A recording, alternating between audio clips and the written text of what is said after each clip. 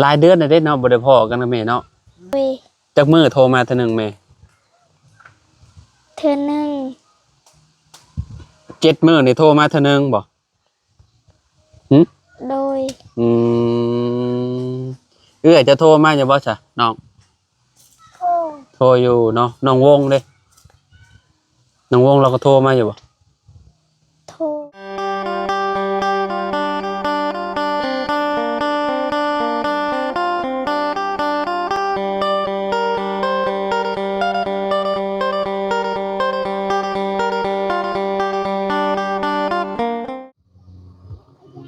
เอากราบสบายดีและสวัสดีเนาะพ่อแม่พี่น้อง FC เบิร์ดสุขูสู่คนเนาะบ่ว่าสิอยู่ในและก็ต่างประเทศเด้อมาพบมาพ้อกันกับเฮาอีก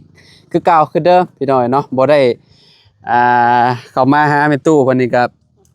โดนแหละเนาะสบายดีตู้โอ้ยเป็นจังไดอยู่ดีมีแฮงอยู่บ่ฮ่าสบายดีล่ะเออฮ่าตัวหนาวเนาะตู้เนาะเฮ็ดหยังกินนึ่งเขากำลังนึ่งข้าวมาพี่น้องนางน้องน้อยใช่ดอกน้องพี่น้อยเนาะสบายดีน้องดูดีแม่นแล้วปะอยู่ดีฮะหนูดีเด้อปะแม่นบ่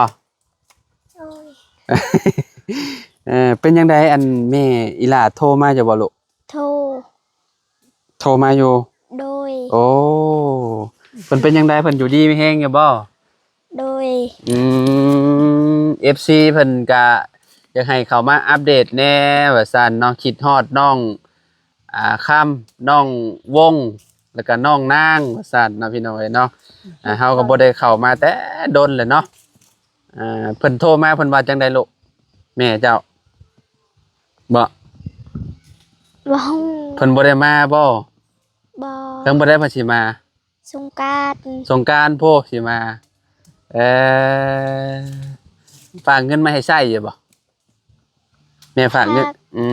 ฝากมาอยู่โดยเพิ่นโทรมาของไผโทรศัพท์จะบ่มีโทรมาของเอื้อยดูดีบ่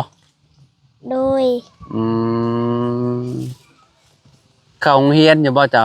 เข้าอยู่เนาะ แต่ละคนก็อยู่ดีมีแฮงบ่ทุกคู่ทุกคนแล้วว่าอันแม่เจ้ากับอันน้องวงน้องหยังน่ะน้องนงน้องนางน่ะโดยเพราะว่าเฮาก็บ่ได้เข้ามาตั้งแต่โอ้เป็นเดือนแล้วบ่จังตัวเนาะบ่เข้ามาหาน้องดูดีนี่บ่ได้เข้ามาหาน้องน้อยเพิ่นนี่เป็นจังไดเนาะอันนี้คือหยังตัวนี่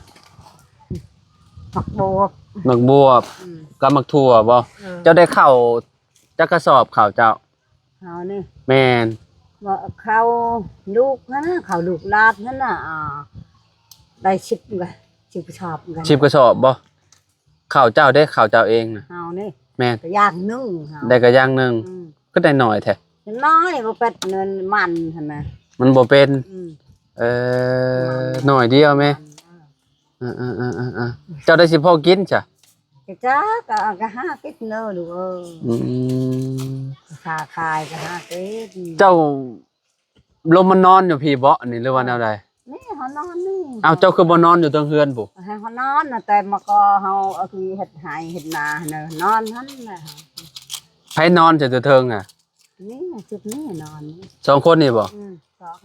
น้องน้อยจะนอนอยู่เทิงบ่ลูกโดยอ๋อแม่ตู้ลงมานอนอยู่นี่ก็ป้าหลานนอนผู้เดียวนอน2คนย่านยังเนาะบ่ย่านยังเจ้านอนอยู่นี่เจ้าบ่ย่านบ่ซะย่านยังเฮาก็อัดตรงอยู่แล้วอ๋อมีเฮือนหลังงามเพิ่นบ่นอน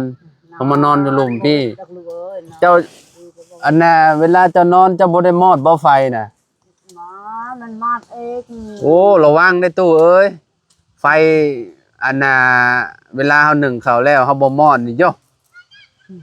ยุงบ่กัดเจ้าบ่นี่เจ้าบ่ได้กางมุ้งบ่กางมุ้งฮะบ่ยุงโอ้ยุงบ่มีบ่มีเพิ่นเฮาไปตำปลาอยู่ได้บ่พี่น้องเรานอนเราบ่ได้กางมุ้งกางหยังเลยเจ้านอนเจ้ากางมุ้งบ่อันน้อยโดยกางอยู่เนาะ โอ้ยเนาะพี่น้องเอ้ยเนาะเป็นยังไงกินข้าวแล้ว แล้ว กินกับหยังกินกับหยัง มันก็มักบวก กินกับหมักบวบบ่หมักบวบบ่ บอมักทั่ว หมักทั่ว ตำหมักทั่วบ่ตำหมักทั่วบ่ดูดี ทำอะไรกิน อืมเจ้าเด้กินแล้ว กินก็มักทั่ว กินนำกันนี่วะ โดย อ๋อโอ้ว้าวเก่งขึ้นเนอนนี่เนาะเข้าห้องได้แล้วก็โรงเรียน ปอซี่ ป .4 แล้ว โดย คือแบบเจ้าคิดฮอดแม่แฮงอยู่บ่เจ้า โดย อืมกินข้าวก็บ่แซ่บบ่กินฮอดแม่ แซ่บ แซ่บ โดย กินฮอดแม่แล้วกินข้าวบ่แซ่บกินข้าวแซ่บคือเก่าเนาะ โดย หลายเดือนน่ะเด้เนาะบ่ได้พ้อกันกับแม่เนาะแต่มีแต่ลมในโทรศัพท์อย่างเดียวแล้วว่าบ่แม่นบ่ โดย จักมื้อโทรมาเทื่อนึงแม่ เทือหนึ่ง 7 มื้อนี่โทรมาเทื่อนึงบ่ โดย อืมจะโทรมาอยู่บ่ซะน้อง โอ้ โทรอยู่เนาะน้องวงเด้น้องวงเราก็โทรมาอยู่บ่ โทร โทรอยู่เนาะอืม โดย บ่เล่น น้องเอ๋ยเนาะเฮ็ดกินหยังตู้มื้อนี้น่ะ อะไรกินยังกินแต่มะบูบพันพอดี กินแต่มังบวบ อืม อืมผักกูดยังมีอยู่บ่ช่วงนี้ โอ้มีลูกโอ้ บ่มีบ่ ขายมี มีบ่ ไปหามันมันไปเก็บมันนะ เอ่อ ข้าวเวียด โดย ข้าวเกลียวเขาหัน บ่ว่าบัด เขาเรียกว่าเอา คือว่าแล้วเฮาเมื่อเฮาว่าสิเอามาซื้อเอาน้ำตู้ อืม เฮาสิให้ตู้ไปเก็บให้ได้บ่ ได้ยังข้าวเวียดกับมือที่นี่เนอะตัวก็มาบ่ บ่ มือ บ่มื้อเฮาสิบอกดอก เออ คือว่าแล้วเฮาบ่มีโทรศัพท์โทรศัพท์พี่น้องยากๆนี่เนาะบ่เป็นหยังดอกซะเนาะ เออ ยันอันนั้นพี่น้องเอ้ยเนาะแบบว่ามันสิบ่ตรงกันหั่นน่ะเนาะ เออน อกจากว่าเฮาเมื่อแล้วเฮาใกล้สิเมื่อแล้วเฮาสิบอกลาวแบบนี้นะ คืออยู่แต่ว่าโทรศัพท์น้องนางน้อยก็บ่มีเนาะนางน้อยบ่ได้มีโทรศัพท์แม่นบ่ บอ บ่ได้มีเนาะ เอามีเลยชื่อก็มีโทรศัพท์ ตู้ก็บ่ได้มีบ่ บ่เฮาก็ เออเจ้าเฮ็ดเวียกหยังช่วงมื้อในตู้น่ะ เฮานี่ แม่น เกี่ยวข้าว เกี่ยวข้าวไผ เกี่ยวข้าวแม่อ้อย เกี่ยวข้าวแม่อ้อย สี่มือน่ะเฮาเกี่ยว ไปเกี่ยวรับจ้างเอานะ บ่เอ้ยน้อง ขอซอยเพิ่น อืม อ๋อ อันนั้นเขาให้กินเขาให้ก็กิน อืม เขาให้นบาทนี่คือกันเขาให้เขาไปเกี่ยวน้ อ๋อไปเกี่ยวซอยเพิ่นแล้วก็เพิ่นก็เอาให้ข้าวเนาะ ำ เออก็คืออยู่ซะเนาะ เออ แต่ว่าแบบว่าซอยกันพี่น้อยเนาะ น้ำกัด เรายอมรับว่าเราเป็นคนดุเด้อพี่น้องเราไม่ตู้แต่ว่าบ่ได้อยู่บ่ได้เช้าเนาะคือตอนทีมงานเขามาเฮ็ดเทือนให้น้องคำก็แบบแทบสิบ่ได้เห็นลาวแต่ละมื้ออันไปหาสอนปงสอนปลาก็ได้อยู่บ่ตู้มันมีอยู่บ่ปลาเดี๋ยวนี้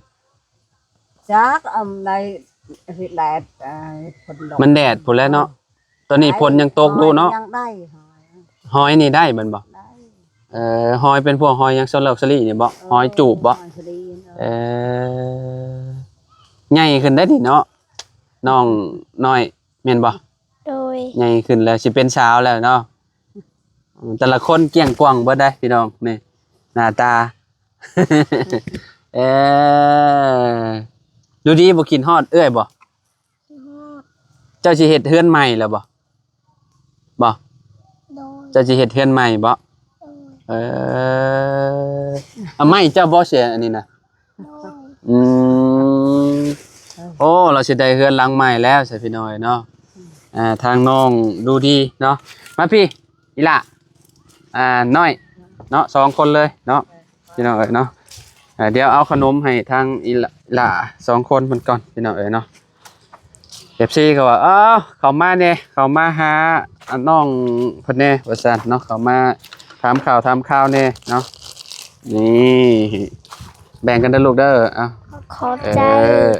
เอาแบ่งกันคนละทงเนาะนี่ เฮ้ยเนาะบ่ได้เห็นกันโดนเฮาก็ได้พี่น้องเอ้ยเนาะกับน้องน้อยแล้วก็อันมีตู้พี่น้องนำมาพี่เนาะหนาวแล้วบัดนี้เนาะอากาศเริ่มหนาวเริ่มหยังแล้วพี่น้องเอ้ยอากาศหนาวแล้วนะตู้เนาะ เรือข้าวแล้วก็มาโชกราบนี่ จังน้อยก็ฮอดสงกรานต์แล้วบ่ยากดอกนึ่งข้าวไหม้บ่ตู้ บ่ข้าวเก่า ข้าวเก่า เออ โอ้ข้าวเก่าเนาะ เออ เรียกว่านึ่งข้าวไหม้เลย บ่ ได้จ้ะ เอาสิดานี่ โอ้ยเนาะเฮ้ยหนาวพี่น้องเอ้ยเนาะอากาศเริ่มหนาวเริ่มหนาวแล้วมันก็ใกล้สิเบิดพ้นแล้วแหละเนาะคิดว่าแม่ตู้คือหาวนอนแต่ตื่นแต่เช้าบ่ เอานี่บ่ แม่น บ่ตื่นแต่เช้าก็นี่ คือหาวนอนว่าบซะตื่นแต่เช้าบ่เฮาบ่ ตื่นแต่เช้าไปตลาดเช้า ฮะ ไปตลาด ย่างไปตลาด อืม ย่างไปว่าตลาดน่ะ ค่าหน่อไม้ค่าหน่อไม้ ขายหน่อไม้ น้ำมูก ได้จากพัน ได้เช้า ชาวพัน อืมได้เช้าพัดชาวพันกีบ เออ พอได้ซื้ออันน่ะ ชื่อมักเพชรกิดลูก ปลาแดกเป็นนัวเนาะมาพร้อมพริกเนาะตัวเนาะ อืม อืมไฟพี่น้องเอ้ยเนาะเพิ่นก็ยังบ่ได้ใช้ยังบ่ได้มีไฟเนาะทางเรือนน้องคำเนาะเมื่อกี้นี่ไฟคือหุ่งจากอันแผงโซลาร์เซลล์อยู่ใช่ไหมตุอยู่หั่นบ่ อืม คิดว่าสิเป็นเฮือนครัวลาวพี่น้องบ่แลพัดบ่แม่นเฮือนครัวเนาะบ่อนตู้เพิ่นนอนอีกอันนี้นะเนาะดังไฟอยู่นี่เลยนอนอยู่นี่เลย นอนอยู่นี่เลย อืม นอน โอ้ นี่ก็ได้ พี่น้องเอ้ยเนาะ ฮ ฝนบ่ได้อันหัวว่าตุ บ่ บ่หัวเนาะ เออ เราเอาหญ้าแบบหนาคักปันยังตึบคักปันยังพี่น้องเอ้ยเนาะ บ่มี อืม สังกะสี ตึบอยู่ แน่นหนาอยู่เนาะ มันมีสักะสีก็เป็ดนะฮะ อืม ร้านเพชรไทย อยู่แบบนี้แหละเนาะ เออ ผู้เฒ่าเพิ่นพี่น้องเนาะก็จักสิว่าจังใดเนาะเพิ่นก็อยากอยู่แบบอยากลงมาอยู่พี่เพิ่นว่าเนาะก็มีแต่ให้ลูกให้หลานนอนอยู่เทิงพุ่นเนาะทางน้องแข่งอยู่ได้ ดูดีกับน้องน้อยนอนอยู่เทิงเนาะลูกเนาะ โดย เพราะว่า พี่น้องเอ้ยเนาะแบบ ก็ได้ แม่น้องคำนี่ก็ฮู้อยู่เนาะว่าเพิ่นเป็นแบบใดเนาะเธอเนาะ ข้อยติดดองเนี่ยกินข้าวกับลูกเด้อ บ่เป็นหยังโตเฮาสิออกไปแล้วมันค่ำแล้วเนาะมันมืดแล้วมันทางมันอยาก จอกนี่ ทางมันอยากลื่นๆแน่ เดี๋ยวกินบ่ หึ นี่ฝักอันนี้ เอาหยัง หมกบบนี่มีกินหมกบบนี่มาถั่ว บ่หมักทั่วบ่เป็นหยังโต เอามากินเด้อ ขอบใจหลายๆขอบใจหลายๆโดยขอบใจ ใส่หน้าทกเด้อ เฮาอันนั้นเฮาบ่ได้เอาไปกินดอกโต ว่านะ เพราะว่าเฮานอนอยู่บ้านพัก เออ อืมก็เลยบ่เป็นหยังบ่กินก็ได้เนาะ คือเรื่องก่อน ใกล้สิสุกแล้วบ่ข้าว ถูกแล้ว กินแม่แห้งเนาะ โดยเนาะทางประตูเนาะโดยสวัสดีประตูน้อยเนาะกำลังจะลงไปกินข้าวว่าพออืมโดยเนาะก็แวะนี่แหละแวะมาเยี่ยมน้องน้อยเพิ่นเนาะมาถามข่าวน้องคำเพิ่นน้ำเนาะแล้วก็น้องวงนั่นแหละน้องนางเพิ่นน้ำนั่นแหละพี่น้อง FC เพิ่นขอมาว่าอยากให้มาอัปเดตแน่ว่าซั่นมาเยี่ยมยามถามข่าวแน่มาถามเบิ่งดูว่าผู้ทางไปตู้ เป็นตู้เนาะนั่งเผากองไฟอยู่พี่น้องเอ้ยเนาะ ไปดูเลย อุ่นยามหนาวนี่ก็คือสิอุ่นอยู่เนาะบ่อนกระตอบหน่อยแล้วเนาะตู้เนาะ อุ่นแล้ว หมอนี่มันอุ่นอยู่แล้ว อันหญ้าพี่น้องเอ้ยเนาะหญ้ามันอุ่นอยู่ดอกเนาะโดยประตูโดยเนาะแม่นแหละเฮาก็บ่กินข้าวก็นอนบ่ได้คือกันนั่นแหละเนาะมันท้องมันหิวเห็นได้ซะเนาะ ว่าหัวใจสิโย คนคิดฮอดแม่เนาะ ทอดมา คิดฮอดแม่บ่ได้มาหาเนาะ ดนน่ะเด้นี่เนาะหลายเดือนน่ะเนาะ โดย ตั้งแต่หลังสงกรานต์พุ่นเนาะ โดย เอ่อตั้งแต่เดือนเมษาพุ่นเดือนเมษาเดือนหยังแหละน้องคำไปหลังสงกรานต์นี่แหละเนาะตอนนี้ก็เดือน10สิเข้า11แล้วเนาะใกล้แล้วอดเอาเด้อจักหน่อยแม่ก็มาเด้อ โดย เออ กินลูกกิน ฮะไม่ยังบาดนี่ โอ้ยกิน เอามากล้วยมาให้เฮากิน อยาก อ๋อ อยากกิน มากล้วยมาแต่ใช้ตุ กล้วยเฮานี่ อืมคือบ่เอาไปขาย ขายยังติด อืม เอาขอบใจหลายๆเด้อตู้เด้อเนาะเฮาก็สิขอตัวเดินทางก่อนพี่น้องเนาะก็มาเยี่ยมยามทำข่าวเพิ่นเด้อพี่น้องเด้อเนาะน้องคำเพิ่นก็โทรมาเมื่อใดก็แม่เจ้าน่ะลูกเมื่อวานนี่บ่ โดยมื้อนี้ก็โทร มื้อนี้ก็โทรบ่ โดย เพิ่นยังเฮ็ดงานบ่อนเก่าบ่ บ่ ย้ายงานแหละ โดย เฮ็ดงานอยู่ใช่บัดนี้บ่ได้เฮ็ดงานสวนบ่นั่นนี่นะ บ่ อืมเพิ่นเฮ็ดงานหยังซะ เฮ็ดงานแม่บ้าน เฮ็ดงานแม่บ้านแล้วบัดนี้ โดย อยู่กัน3คนคือเก่าบ่ บ่ ก็คือแบบใดแบบใดลูกแม่เจ้านี่ไปเฮ็ดต่างหากแล้ว โดย อยู่ภายอยู่ลาวกับน้องวงกับน้องนางได้ซะ แม่คอยอยู่กับสาวนาง เออแต่น้องวงได้ซะบัดนี้ อยู่คนเดียว น้องวงอยู่ผู้เดียว โดย อ๋อน้องนางกับอันน้องคำอยู่นํกัน โดย เฮ็ดงานบ้านเนาะ โดย อ๋อเพิ่นบ่ได้อยู่นํกันแล้วบัดนี้เนาะล่ะเนาะ โดย อืมพี่น้อยเนาะเอาเนาะแบบว่าเพิ่นงานเนาะแต่ละงานแบบว่า